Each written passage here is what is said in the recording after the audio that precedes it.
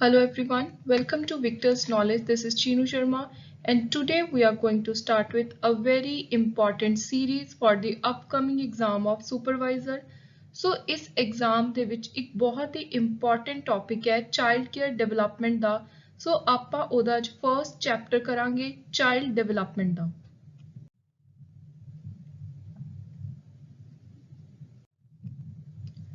ਸੋ ਸਭ ਤੋਂ ਪਹਿਲਾਂ ਆਪਾਂ ਚਾਈਲਡ ਡਿਵੈਲਪਮੈਂਟ ਦਾ ਜਦੋਂ ਟੌਪਿਕ ਕਰਨਾ ਹੈ ਕੁਝ ਇੰਪੋਰਟੈਂਟ ਟਰਮਸ ਨੇ ਜਿਨ੍ਹਾਂ ਦਾ ਮਤਲਬ ਧਿਆਨ ਦੇ ਨਾਲ ਸਮਝਣਾ ਹੈ। ਸਭ ਤੋਂ ਪਹਿਲਾਂ ਆਪਾਂ ਦੇਖਾਂਗੇ ਵੀ ਡਿਵੈਲਪਮੈਂਟ ਦਾ ਮਤਲਬ ਕੀ ਹੈ। ਚਾਈਲਡ ਤਾਂ ਆਪਾਂ ਨੂੰ ਪਤਾ ਹੈ ਇੱਕ ਬੱਚਾ, ਪਰ ਆਪਣਾ ਜਿਹੜਾ ਮੇਨ ਕਨਸੈਪਟ ਹੈ ਉਹ ਹੈ ਇੱਕ ਬੱਚੇ ਦੇ ਜਨਮ ਤੋਂ ਲੈ ਕੇ ਈਵਨ ਉਹਦੇ ਬਰਥ ਤੋਂ ਪਹਿਲਾਂ, ਜਦੋਂ ਕਨਸੀਵ ਹੁੰਦਾ ਆਪਣੀ ਮਦਰ ਦੀ ਬੋਡੀ ਵਿੱਚ ਹੁੰਦਾ ਉੱਥੋਂ ਤੋਂ ਲੈ ਕੇ ਜਦੋਂ ਤੱਕ ਟਿਲ ਡੈਥ ਉਹਦੀ ਕੀ ਸਟੇजेस ਨੇ ਡਿਵੈਲਪਮੈਂਟ ਦੀਆਂ, ਉਹ ਕਿਵੇਂ ਗਰੋ ਕਰਦਾ ਹੈ। ਸੋ ਇਹ ਸਾਰਾ ਕੁਝ ਆਪਾਂ ਨੇ ਬਹੁਤ ਚੰਗੀ ਤਰ੍ਹਾਂ ਡੀਪਲੀ ਦੇਖਣਾ ਹੈ। So starting with concept of development and its relationship with learning. Development ਕੀ ਹੈ? ਡਿਵੈਲਪਮੈਂਟ ਇੱਕ ਇਹੋ ਜਿਹਾ ਪ੍ਰੋਸੈਸ ਹੈ ਕਿਸੇ ਵੀ ਬੱਚੇ ਦੀ ਕੁਆਂਟੀਟੀ ਤੇ ਕੁਆਲਿਟੀ ਦੋਨੋਂ ਤਰ੍ਹਾਂ ਦੀ ਗਰੋਥ। ਮਤਲਬ ਡਿਵੈਲਪਮੈਂਟ ਦਾ ਮਤਲਬ ਸਿਰਫ ਇਹ ਨਹੀਂ ਹੈ ਕਿ ਇੱਕ ਬੱਚਾ ਲੰਬਾ ਹੋਈ ਜਾ ਰਿਹਾ ਹੈ, ਇੱਕ ਬੱਚਾ ਹੈਲਦੀ ਹੋਈ ਜਾ ਰਿਹਾ ਹੈ। ਡਿਵੈਲਪਮੈਂਟ ਦਾ ਮਤਲਬ ਹੈ ਕਿ ਉਹਦੇ ਅੰਦਰ ਬੱਚੇ ਦੇ ਜਿਵੇਂ ਜਿਵੇਂ ਵੱਡਾ ਹੁੰਦਾ ਹੈ ਕਿਸ ਤਰ੍ਹਾਂ ਦੇ ਨਾਲ ਉਹਦੇ ਅੰਦਰ ਕੁਆਲਿਟੀਜ਼ ਪੈਦਾ ਹੁੰਦੀਆਂ ਨੇ, ਉਹਦੀ ਪੜ੍ਹਾਈ ਲਿਖਾਈ ਕਿਵੇਂ ਹੁੰਦੀ ਹੈ। ਸੋ ਹਰ ਤਰ੍ਹਾਂ ਦੀ ਕੁਆਂਟੀਟੇਟਿਵ ਤੇ ਕੁਆਲਿਟੇਟਿਵ ਗਰੋਥ ਹੈ ਜਿਹੜੀ, ਉਹਨੂੰ ਇਕੱਠਾ ਕਰਕੇ ਜਦੋਂ ਆਪਾਂ ਨੇ ਦੇਖਣਾ ਹੈ ਉੱਥੋਂ ਕਨਸੈਪਟ ਨਿਕਲਦਾ ਹੈ child development the. So it is the process of quantitative and qualitative growth of the child and the emergence and differentiation of capabilities over time. It is the function of maturity as well as interaction with environment. So ਬੱਚਾ ਕਿਵੇਂ mature ਹੁੰਦਾ time ਦੇ ਨਾਲ, ਉਹ ਆਪਣੇ ਆਲੇ ਦੁਆਲੇ society ਦੇ ਨਾਲ ਕਿਵੇਂ ਗੱਲਬਾਤ ਕਰਦਾ ਹੈ, ਕਿਹੜੀਆਂ ਚੀਜ਼ਾਂ ਸਿੱਖਦਾ ਹੈ। ਸੋ ਇਹ ਸਾਰਾ ਕੁਝ ਆਉਂਦਾ ਹੈ ਡਿਵੈਲਪਮੈਂਟ ਦੇ ਕਨਸੈਪਟ ਦੇ ਅੰਦਰ। ਸੋ ਹੁਣ ਤੁਸੀਂ ਕਾਫੀ ਵਾਰੀ ਗਰੋਥ ਤੇ ਡਿਵੈਲਪਮੈਂਟ ਇਹ ਦੋ ਵਰਡਸ ਨੂੰ ਇਕੱਠੇ ਪੜ੍ਹ ਲੈਂਦੇ ਹੋ, ਪਰ ਇਹਨਾਂ ਦੇ ਵਿੱਚ ਕੁਝ ਬੇਸਿਕ ਡਿਫਰੈਂਸ ਹੈ। ਇਹ ਦੋਨੋਂ ਸੇਮ ਵਰਡ ਨਹੀਂ ਹੈਗੇ। ਜਿਹੜੀ ਡਿਵੈਲਪਮੈਂਟ ਹੈ ਉਹ ਇੱਕ ਵਾਈਡਰ ਟਰਮ ਹੈ, ਉਹ ਆਪਣੇ ਅੰਦਰ ਗਰੋਥ ਨੂੰ ਲੈ ਕੇ ਆਉਂਦੀ ਹੈ। ਸੋ term growth and development are often used interchangeably. Actually they are conceptually different. Neither growth nor development take place all by itself. ਕਹਿੰਦੇ ਨਾ ਤਾਂ growth ਨਾ development ਆਪਣੇ ਆਪ ਨਹੀਂ ਹੁੰਦੀ, ਆਪਾਂ ਨੂੰ ਕੁਝ ਐਫਰਟ ਕਰਨੇ ਪੈਂਦੇ ਨੇ।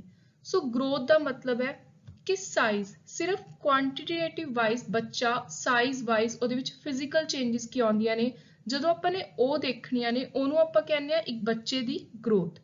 ਪਰ ਜਦੋਂ ਕੋਈ ਇੰਡੀਵਿਜੂਅਲ ਡਿਵੈਲਪ ਕਰਦਾ ਹੈ, ਸੋ ਜਦੋਂ ਹੌਲੀ ਹੌਲੀ ਸਮੇਂ ਦੇ ਨਾਲ ਨਵੀਆਂ ਚੀਜ਼ਾਂ ਐਕਵਾਇਰ ਕਰਦਾ ਹੈ, ਜਦੋਂ ਨੂੰ ਮੈਚੁਰਿਟੀ ਆਉਂਦੀ ਹੈ, ਸੋ ਜਿਹੜੀਆਂ ਇਹ ਸਾਰੀਆਂ ਪਰਸਨੈਲਿਟੀ ਨੂੰ ਲੈ ਕੇ ਚੇਂਜਸ ਨੇ ਉਹਨਾਂ ਨੂੰ ਆਪਾਂ ਕਹਿ ਦਿੰਦੇ ਆ ਡਿਵੈਲਪਮੈਂਟ, ਤੇ ਦੋਨੋਂ ਇਹ ਮਿਲ ਕੇ ਬਣਾਉਂਦੀਆਂ ਨੇ overall child development. So next comes very important topic, that is stages of development.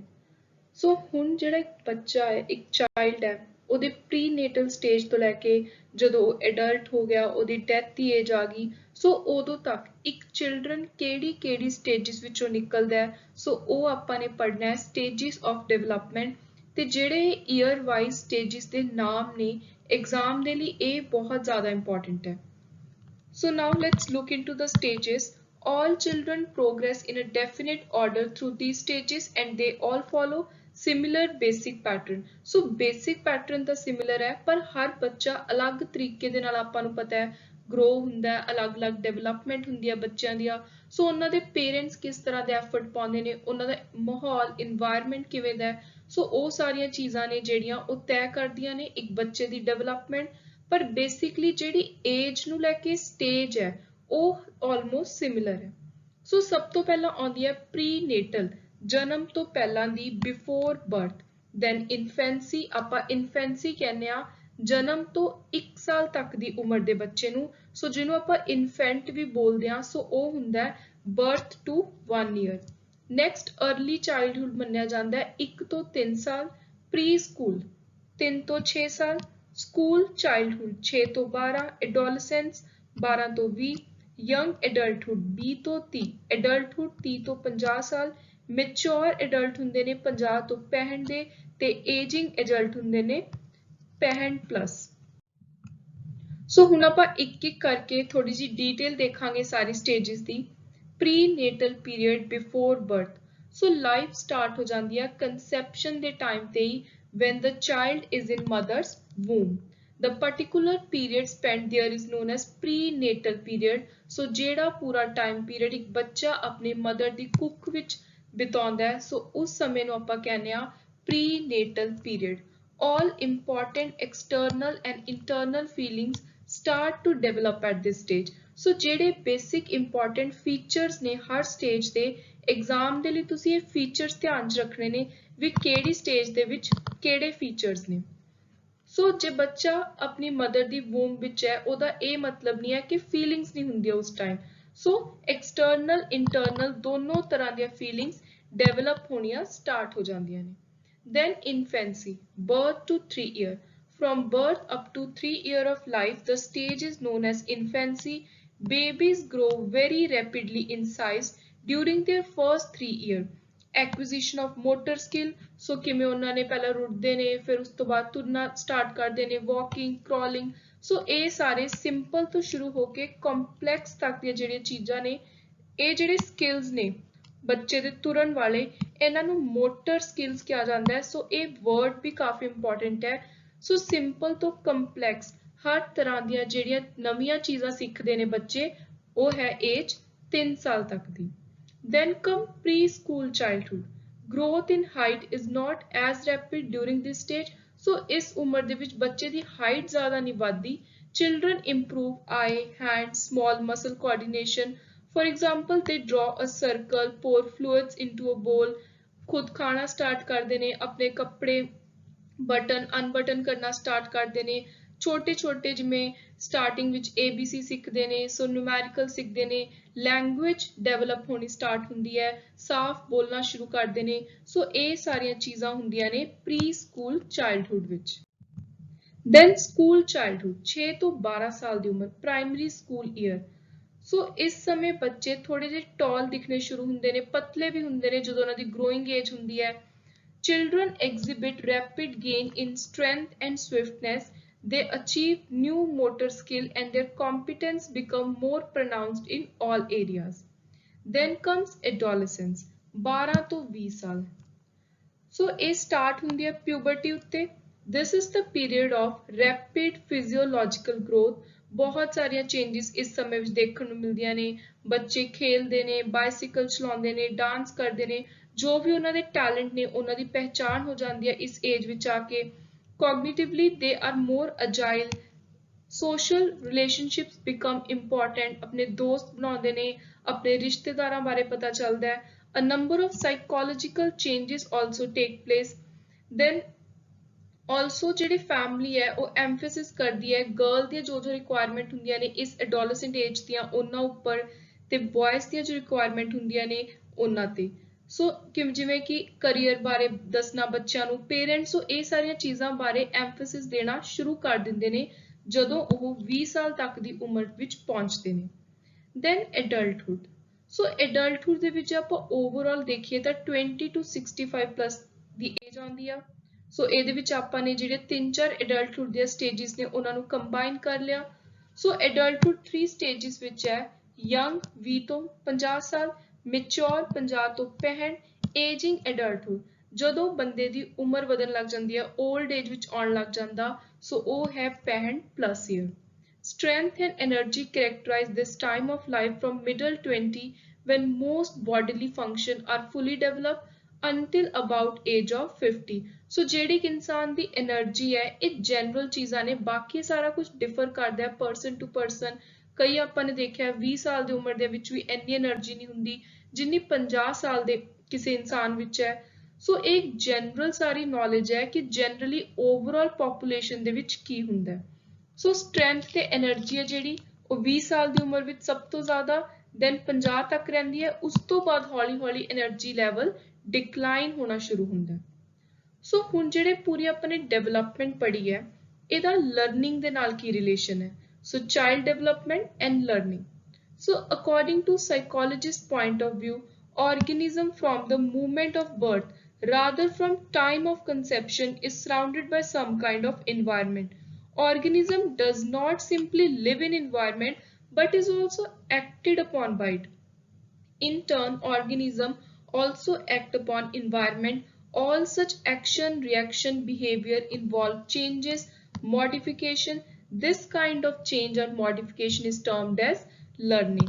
So ਇਹਦਾ simple words ਦੇ ਵਿੱਚ ਮਤਲਬ ਹੈ ਕਿ ਕੋਈ ਵੀ ਇਨਸਾਨ ਹੈ, ਕੋਈ ਵੀ organism ਹੈ, ਚਾਹੇ ਤੁਸੀਂ ਕੋਈ animals ਹੀ ਲੈ ਲਓ, human beings or animals, any living person, ਜਦੋਂ ਤੋਂ ਉਹ ਜਨਮ ਲੈ ਲੈਂਦੇ ਨੇ, ਜਨਮ ਲੈ ਕੇ ਉਹ ਇਸ ਦੁਨੀਆ ਵਿੱਚ ਆਉਂਦੇ ਨੇ, ਸੋ ਜਿਹੜਾ ਉਹਨਾਂ ਦਾ ਆਲੇ ਦੁਆਲੇ ਵਾਲਾ ਵਾਤਾਵਰਣ ਹੈ, ਇਨਵਾਇਰਮੈਂਟ ਹੈ, ਉਹਨਾਂ ਦੇ ਇਨਵਾਇਰਮੈਂਟ ਕਰਕੇ ਉਹਨਾਂ ਵਿੱਚ ਜਿਹੜੀਆਂ ਤਬਦੀਲੀਆਂ ਆਉਂਦੀਆਂ ਨੇ, ਚੇਂਜਸ ਆਉਂਦੀਆਂ ਨੇ, ਮੋਡੀਫਿਕੇਸ਼ਨ ਆਉਂਦੀਆਂ ਨੇ, ਉਹਨਾਂ ਨੂੰ ਆਪਾਂ ਕਹਿੰਦੇ ਆ ਲਰਨਿੰਗ।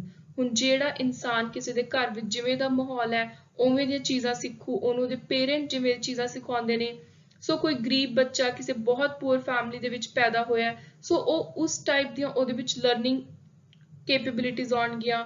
ਕੋਈ ਬਹੁਤ ਜ਼ਿਆਦਾ ਪੜ੍ਹੇ ਲਿਖੇ ਮਾਹੌਲ ਵਿੱਚ ਹੈ ਛੋਟੇ ਹੁੰਦੇ ਤੋਂ, ਸੋ ਉਹਨੂੰ ਉਵੇਂ ਦੀਆਂ ਲਰਨਿੰਗ ਚੀਜ਼ਾਂ ਸਿਖਾਈਆਂ ਜਾਣਗੀਆਂ। ਕਿਸੇ ਦੇ ਪੇਰੈਂਟਸ ਆਪਣੇ ਬੱਚਿਆਂ ਨੂੰ ਸਪੋਰਟਸ ਦੇ ਵਿੱਚ ਜ਼ਿਆਦਾ ਪਾਉਂਦੇ ਨੇ, ਸੋ ਛੋਟੇ ਹੁੰਦੇ ਤੋਂ ਹੀ ਜੇ ਇਨਵਾਇਰਮੈਂਟ ਉਸ ਤਰ੍ਹਾਂ ਦਾ ਤਾਂ ਬੱਚੇ ਦਾ ਧਿਆਨ ਉੱਧਰ ਜਾਊਗਾ। ਸੋ ਇਹ ਸਾਰੀਆਂ ਚੀਜ਼ਾਂ ਨੇ, ਚੇਂਜਸ ਨੇ ਜਿਹੜੀਆਂ ਇੰਟੈਂਸ਼ਨਲੀ ਡੈਲੀਬਰੇਟਲੀ ਕੰਟਰੋਲ ਹੁੰਦੀਆਂ ਨੇ ਇਨਵਾਇਰਮੈਂਟ ਦੇ ਨਾਲ। So next come very important topic, aspects or areas of development। ਸਭ ਤੋਂ ਪਹਿਲਾਂ ਆਪਾਂ ਦੇਖਾਂਗੇ ਵੀ physical development। ਸੋ ਇੱਕ ਬੱਚੇ ਦੀ ਜਿਹੜੀ overall physically ਉਹਨੂੰ ਦੇਖਣ ਨੂੰ ਜਿਹੜੀ development ਆਪਾਂ ਨੂੰ ਲੱਗਦੀ ਹੈ, growth ਲੱਗਦੀ ਹੈ, ਉਹਨੂੰ ਆਪਾਂ ਕਹਿੰਦੇ ਆ physical development। ਸੋ ਇਹ ਜਦੋਂ ਤੱਕ ਬੱਚਾ ਚੱਲਣਾ ਸ਼ੁਰੂ ਕਰਦਾ ਹੈ ਉਦੋਂ ਤੋਂ start ਹੋ ਜਾਂਦੀ ਹੈ। ਤਾਂ ਇਹਦੇ ਵਿੱਚ physical ਤੇ psychomotor changes ਹੁੰਦੀਆਂ ਨੇ ਇੱਕ individual ਵਿੱਚ, ਤੇ ਜਿਹੜਾ ਬੱਚਾ ਹੈ ਉਹ ਕੁਝ ਪਹਿਲਾਂ ਸਟਾਰਟਿੰਗ ਵਾਲੀਆਂ ਜਿਹੜੀਆਂ ਫਿਜ਼ੀਕਲ ਚੇਂਜਸ ਆਉਂਦੀਆਂ ਨੇ ਉਹ ਆਉਂਦੀਆਂ ਨੇ ਟੀਨੇਜ, ਮੈਚੋਰਿਟੀ, ਪਿਊਬਰਟੀ ਤੋਂ ਪਹਿਲਾਂ 10 ਤੋਂ 13 ਸਾਲ, ਫਿਰ ਆਉਂਦੀਆਂ ਨੇ ਸੈਕੰਡਰੀ ਸੀਨੀਅਰ ਸਕੂਲ ਦੇ ਟਾਈਮ 13 ਤੋਂ 17 ਤੱਕ। Next is cognitive mental development.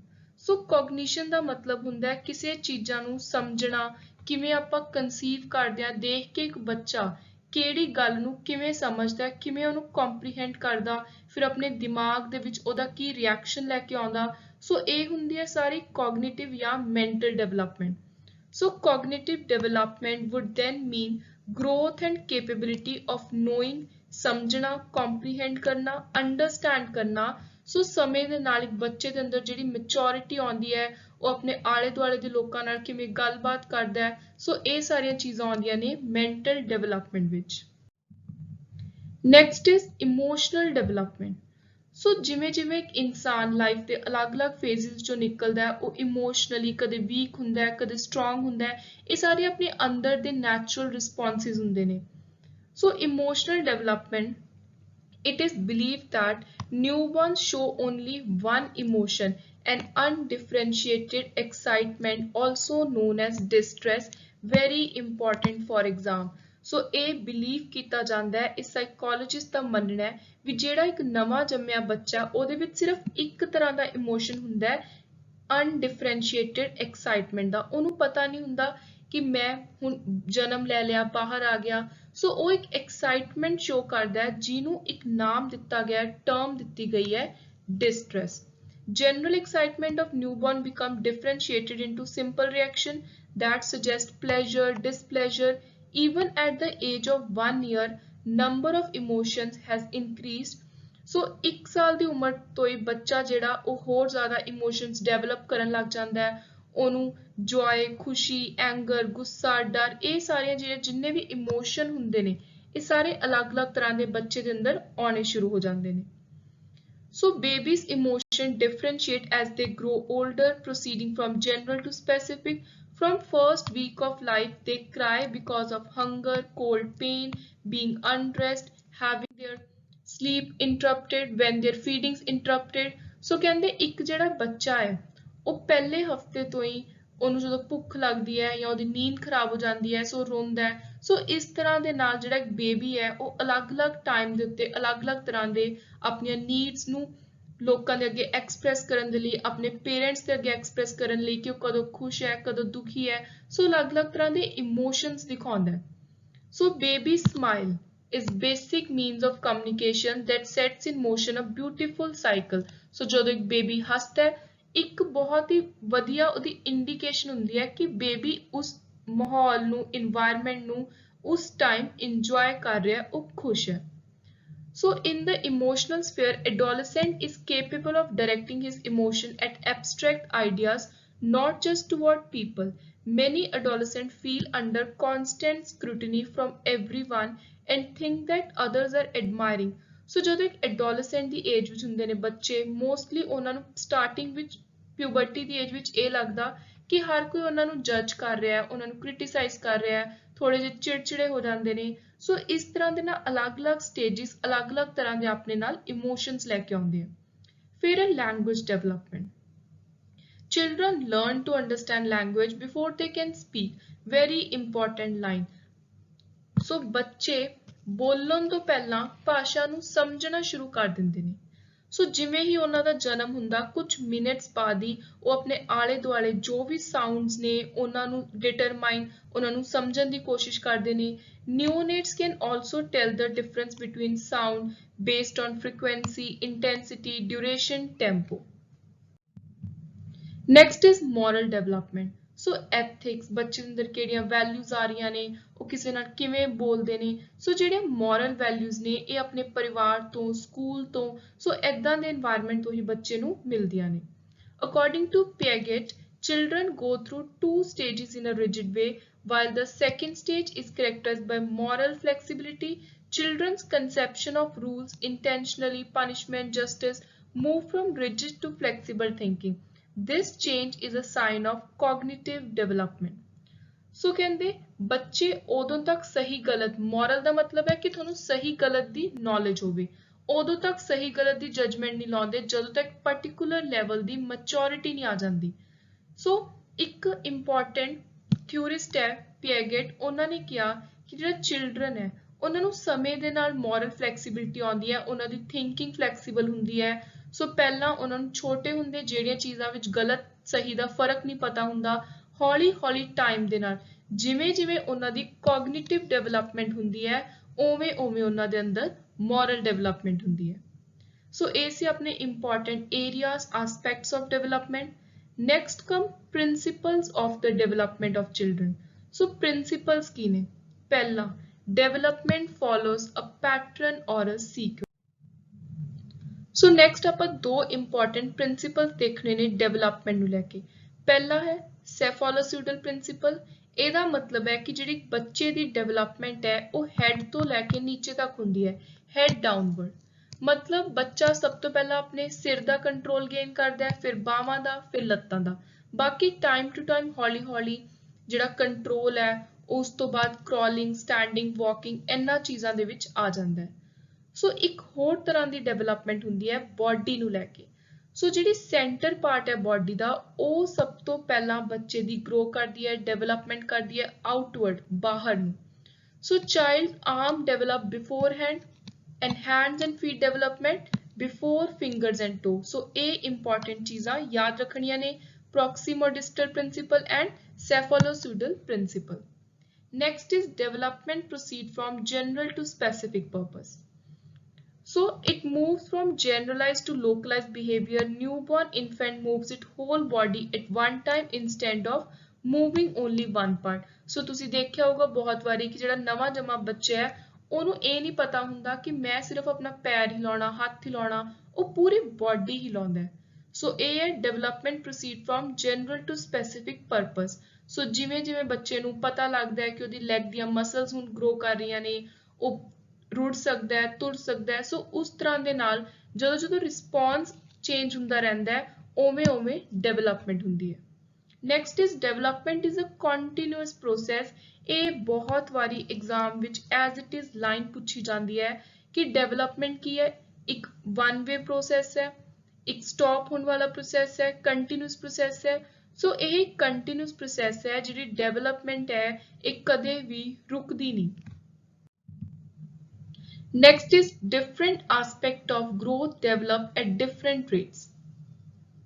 So ਹੁਣ ਜਿਹੜੀ body ਹੈ ਆਪਾਂ ਨੂੰ ਪਤਾ ਹੈ ਕਿ ਉਹ ਅਲੱਗ-ਅਲੱਗ ਤਰ੍ਹਾਂ ਦੇ ਨਾਲ grow ਕਰਦੀ ਹੈ।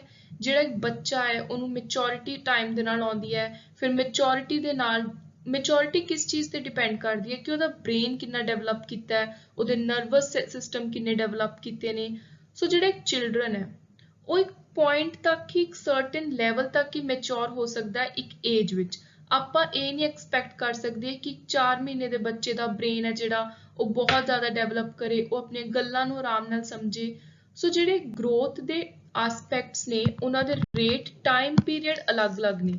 ਸੋ ਇਹ ਵੀ ਇੰਪੋਰਟੈਂਟ ਪ੍ਰਿੰਸੀਪਲ ਹੈ related to development. Next is most traits are correlated in development. ਸੋ ਜਿਹੜਾ ਚਾਈਲਡ ਹੈ ਉਹ ਜਿਵੇਂ ਉਹਨੇ ਡਿਵੈਲਪ ਹੋਣਾ ਤਾਂ ਬਹੁਤ ਸਾਰੀਆਂ ਚੀਜ਼ਾਂ ਨੇ ਜਿਹੜੀਆਂ ਆਪਸ ਦੇ ਵਿੱਚ ਕੋਰਿਲੇਟਡ ਨੇ। ਸੋ ਬੱਚੇ ਦੀ ਜਿਵੇਂ ਸਾਈਜ਼ ਇਨਕਰੀਜ਼ ਹੋਣਾ, ਉਹ ਕਿਸ ਤਰ੍ਹਾਂ ਦੇ ਇਨਵਾਇਰਨਮੈਂਟ 'ਚ ਰਹਿ ਰਿਹਾ ਹੈ, ਹੈਲਥ ਕਿਵੇਂ ਦੀ ਹੈ। ਸੋ ਇਹ ਸਾਰੀਆਂ ਚੀਜ਼ਾਂ ਮਿਲ ਕੇ ਇੱਕ ਬੱਚੇ ਦੀ ਡਿਵੈਲਪਮੈਂਟ ਤੈਅ ਕਰਦੀਆਂ ਨੇ। Next is growth is complex. So ਜਿਹੜੀ ਬੱਚੇ ਦੀ ਗਰੋਥ ਹੈ ਉਹ ਆਪਾਂ ਨੂੰ ਪਤਾ ਹੈ ਬਹੁਤ ਸਾਰੀਆਂ ਚੀਜ਼ਾਂ ਆਪਸ ਦੇ ਵਿੱਚ ਜੁੜੀਆਂ ਹੁੰਦੀਆਂ ਨੇ। ਸੋ ਇੱਕ ਬੱਚੇ ਦੇ ਸਾਈਜ਼ ਦੇ ਲਈ ਉਹਨੂੰ ਸਹੀ ਖੁਰਾਕ ਮਿਲ ਰਹੀ ਹੈ ਨਹੀਂ, ਉਹਨੂੰ ਸਹੀ ਤਰ੍ਹਾਂ ਦੀ ਉਹ ਫਿਜ਼ੀਕਲ ਐਕਟੀਵਿਟੀਜ਼ ਕਰ ਰਿਹਾ ਹੈ। ਸੋ ਗਰੋਥ ਇੱਕ ਬਹੁਤ ਸਿੰਪਲ ਪ੍ਰੋਸੈਸ ਨਹੀਂ ਹੈ, ਇੱਕ ਕੰਪਲੈਕਸ, ਇੱਕ ਜਟਿਲ ਪ੍ਰੋਸੈਸ ਹੈ। Growth is a product of interaction of organism and environment. ਸੋ ਜਿਵੇਂ ਮੈਂ ਤੁਹਾਨੂੰ ਦੱਸਿਆ ਹੈ ਕਿ ਉਹਨੂੰ ਸਹੀ ਖੁਰਾਕ ਮਿਲ ਰਹੀ ਹੈ, ਨਿਊਟ੍ਰੀਸ਼ਨ, ਉਹਦਾ ਘਰ ਦਾ ਮਾਹੌਲ ਕਿਵੇਂ ਦਾ ਹੈ, ਉਹ ਕਿਵੇਂ ਮੂਵ ਕਰਦਾ ਹੈ, ਕਿਵੇਂ ਰਹਿ ਰਿਹਾ, ਕਿਹੜੀਆਂ ਫਿਜ਼ੀਕਲ ਐਕਟੀਵਿਟੀਜ਼ ਵਿੱਚ ਪਾਰਟਿਸਿਪੇਟ ਕਰ ਰਿਹਾ ਹੈ। ਸੋ ਇੱਕ ਆਰਗੇਨਿਜ਼ਮ ਤੇ ਉਹਦਾ ਇਨਵਾਇਰਨਮੈਂਟ ਕਿਵੇਂ ਦਾ ਹੈ, ਇਹ ਦੋਨੋਂ ਚੀਜ਼ਾਂ ਮਿਲ ਕੇ ਗਰੋਥ ਨੂੰ ਤੈਅ ਕਰਦੀਆਂ ਨੇ। There are wide individual differences in growth. So ਹਰ ਇੰਡੀਵਿਜੂਅਲ ਦਾ ਦੂਜੇ ਇੰਡੀਵਿਜੂਅਲ ਨਾਲੋਂ ਗਰੋ ਹੋਣ ਦੇ ਵਿੱਚ ਫਰਕ ਹੁੰਦਾ ਹੈ। ਬਾਕੀ ਕਈਆਂ ਦੇ ਹੈਰੀਡਿਟਰੀ ਹੁੰਦਾ ਹੈ, ਕਈਆਂ ਦੀ ਸਾਰੀ ਫੈਮਿਲੀ ਦੀ ਪਹਿਲਾਂ ਤੋਂ ਹੀ ਹਾਈਟ ਜਿਵੇਂ ਛੋਟੀ ਚੱਲਦੀ ਆ ਰਹੀ ਹੁੰਦੀ ਹੈ। ਸੋ ਇਸ ਤਰ੍ਹਾਂ ਦੇ ਨਾਲ ਇਨਵਾਇਰਨਮੈਂਟ ਤੇ ਹੈਰੀਡਿਟਰੀ, ਇਹ ਦੋਨੋਂ ਫੈਕਟਰ ਨੇ ਜਿਹੜੇ ਇਹ ਇਨਫਲੂਐਂਸ ਕਰਦੇ ਨੇ ਗਰੋਥ ਨੂੰ। Then growth is both quantitative and qualitative.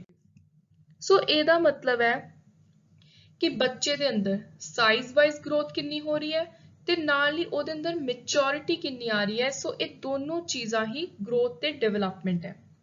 Development is predictable. ਜਿਹੜੀ ਡਿਵੈਲਪਮੈਂਟ ਹੈ ਉਹਨੂੰ ਆਪਾਂ ਪ੍ਰਿਡਿਕਟ ਕਰ ਸਕਦੇ ਹਾਂ ਕਿ ਬੱਚੇ ਨੂੰ ਇੰਨੀ ਕੁ ਉਮਰ ਤੱਕ ਸਮਝ ਆ ਜਾਊ। ਆਪਾਂ ਕਈ ਵਾਰੀ ਕਹਿੰਦੇ ਹਾਂ ਕਿ ਕੋਈ ਗੱਲ ਨਹੀਂ, ਇਸ ਬੱਚੇ ਤੋਂ ਗਲਤੀ ਹੋ ਗਈ, ਹਜੇ ਛੋਟਾ ਹੈ, ਇਹਨੂੰ ਆਪਣੇ ਆਪ ਟਾਈਮ ਦੇ ਨਾਲ ਸਮਝ ਆ ਜਾਊ।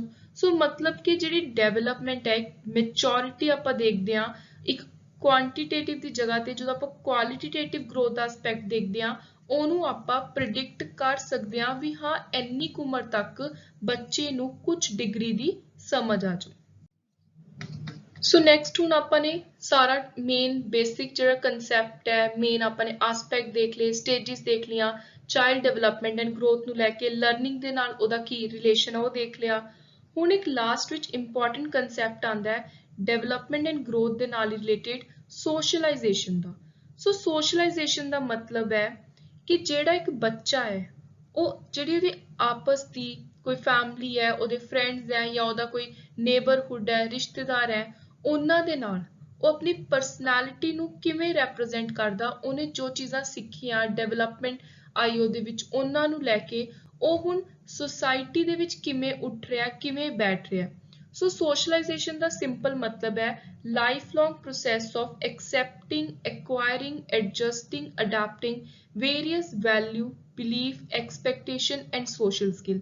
ਸੋ ਬੱਚੇ ਦੇ ਅੰਦਰ ਵੈਲਿਊਜ਼ ਕੀ ਆ ਰਹੀਆਂ ਨੇ, ਉਹ ਕਿਵੇਂ ਸਮਝ ਰਿਹਾ ਹੈ, ਉਹਦੇ ਵਿੱਚ ਪੜ੍ਹਾਈ ਨੂੰ ਲੈ ਕੇ ਕਿੰਨੀ ਜ਼ਿਆਦਾ ਰੁਚੀ ਹੈ ਜਾਂ ਉਹ ਕਿਸੇ ਗਲਤ ਕੰਮਾਂ ਵੱਲ ਜਾ ਰਿਹਾ ਹੈ, ਸੁਸਾਇਟੀ ਨੂੰ ਉਹਦੇ ਲੈ ਕੇ ਕੀ ਐਕਸਪੈਕਟੇਸ਼ਨ ਨੇ, ਸੋਸ਼ਲ ਸਕਿੱਲਸ ਕੀ ਨੇ, ਉਹ ਕਿਵੇਂ ਕਿਸੇ ਨਾਲ ਗੱਲ ਕਰ ਰਿਹਾ, ਉਹਦੇ ਬੋਲਣ ਦਾ ਤਰੀਕਾ ਕੀ ਹੈ। ਸੋ ਇੱਕ ਪੂਰੀ ਦੀ ਪੂਰੀ ਇੰਡੀਵਿਜੂਅਲ ਪਰਸਨੈਲਿਟੀ ਜਿਹੜੀ ਟਾਈਮ ਦੇ ਨਾਲ ਡਿਵੈਲਪ ਹੁੰਦੀ ਹੈ ਉਹਨੂੰ ਆਪਾਂ ਕਹਿੰਦੇ ਆ socialisation. Process of socialisation birth ਦੇ ਟਾਈਮ ਤੇ ਸ਼ੁਰੂ ਹੋ ਜਾਂਦਾ ਹੈ ਤੇ ਡੈਥ ਦੇ ਨਾਲ ਖਤਮ ਹੁੰਦਾ ਹੈ। ਸੋ ਇਹਦੇ ਅੰਦਰ ਆਪਾਂ ਦੋ ਫੇਜ਼ਸ ਦੇਖਾਂਗੇ। ਪਹਿਲਾ ਪ੍ਰਾਇਮਰੀ ਸੋਸ਼ਲਾਈਜੇਸ਼ਨ ਦਾ, ਇਹ ਉਹ ਪ੍ਰੋਸੈਸ ਹੈ ਜਿਹੜਾ ਫੈਮਿਲੀ ਦੇ ਥਰੂ ਇੱਕ ਬੱਚੇ ਨੂੰ ਮਿਲਦਾ ਹੈ। ਸੋ ਸਟਾਰਟਿੰਗ ਵਾਲਾ ਜਦੋਂ ਇੱਕ ਬੱਚੇ ਨੇ ਜਨਮ ਲਿਆ, ਉਹਦੇ ਅਰਲੀ ਚਾਈਲਡਹੁੱਡ, ਉਹਦੇ ਬਚਪਨ ਦਾ ਸਮਾਂ ਹੈ ਜਦੋਂ ਉਹ ਫੈਮਿਲੀ ਦੇ ਵਿੱਚ ਹੀ ਜ਼ਿਆਦਾ ਘੁਲਦਾ ਮਿਲਦਾ, ਉੱਠਦਾ ਬੈਠਦਾ, ਫੈਮਿਲੀ ਦੇ ਨਾਲ ਜ਼ਿਆਦਾ ਇੰਟਰੈਕਟ ਕਰਦਾ ਹੈ। ਸੋ ਉੱਥੋਂ ਜਿਹੜੀਆਂ ਬੱਚੇ ਨੂੰ ਸੋਸ਼ਲ ਵੈਲਿਊਜ਼ ਮਿਲਦੀਆਂ ਨੇ ਉਹਨਾਂ ਨੂੰ ਆਪਾਂ ਕਹਿੰਦੇ ਆ ਸੋਸ਼ਲਾਈਜੇਸ਼ਨ ਪ੍ਰਾਇਮਰੀ। ਤੇ ਪ੍ਰਾਇਮਰੀ ਸੋਸ਼ਲਾਈਜੇਸ਼ਨ ਦਾ ਮੇਨ ਕੀ ਏਜੰਟ ਹੈ ਫੈਮਿਲੀ। ਇਹ ਕੁਐਸਚਨ ਬਹੁਤ ਵਾਰੀ ਐਗਜ਼ਾਮ ਵਿੱਚ ਰਿਪੀਟ ਹੁੰਦਾ ਹੈ, who is the key agent in primary socialization? So the answer would be family. Next is secondary socialization. So in later stage ਜਦੋਂ ਬਾਹਰ ਯੂਨੀਵਰਸਿਟੀਜ਼ ਪੜ੍ਹਨ ਜਾਂਦਾ ਹੈ, ਕਾਲਜਿਸ ਵਿੱਚ ਐਜੂਕੇਸ਼ਨ, ਉਹ ਆਪਣੇ ਕੁਝ ਪੀਅਰ ਗਰੁੱਪਸ ਬਣਾ ਲੈਂਦਾ ਹੈ, ਕੋਈ ਆਫਿਸ ਦੇ, ਕੋਈ ਫਰੈਂਡਸ ਦੇ। ਸੋ ਜਦੋਂ ਇੱਕ ਬੱਚਾ ਆਪਣੀ ਫੈਮਿਲੀ ਦੇ ਨਾਲ ਘੱਟ ਇੰਟਰੈਕਟ ਕਰਦਾ ਹੈ, ਬਾਕੀ ਬਾਹਰ ਦੇ ਜਿਹੜੇ ਹੋਰ ਸੋਸ਼ਲ ਏਜੰਟਸ ਨੇ ਉਹ ਡੋਮੀਨੇਟ ਰੋਲ ਪਲੇ ਕਰਦੇ ਨੇ, ਉਹਨੂੰ ਆਪਾਂ ਕਹਿੰਦੇ ਆ ਸੈਕੰਡਰੀ ਸੋਸ਼ਲਾਈਜੇਸ਼ਨ। ਸੋ ਸਕੂਲ ਹੋ ਗਿਆ, ਕਾਲਜ ਹੋ ਗਿਆ, ਫਿਰ ਆਫਿਸ ਹੋ ਗਿਆ। ਸੋ ਜਦੋਂ ਇਹ ਸਾਰੇ ਸਟੇਜਿਸ ਵਿੱਚ ਬੱਚਾ ਪਹੁੰਚ ਜਾਂਦਾ ਹੈ, ਉਹ ਹੈ ਫੇਜ਼ 2 ਆਫ ਸੋਸ਼ਲਾਈਜੇਸ਼ਨ। ਸੋ ਇਹ ਵੀ ਬੱਚੇ ਦੀ ਮੈਂਟਲ ਮੋਰਲ ਡਿਵੈਲਪਮੈਂਟ ਦਾ ਹੀ ਇੰਪੋਰਟੈਂਟ ਹਿੱਸਾ ਹੈ। So this was all about our today's first lecture on child development. I hope you like the content. Keep supporting Victor's Knowledge. Thank you and good luck.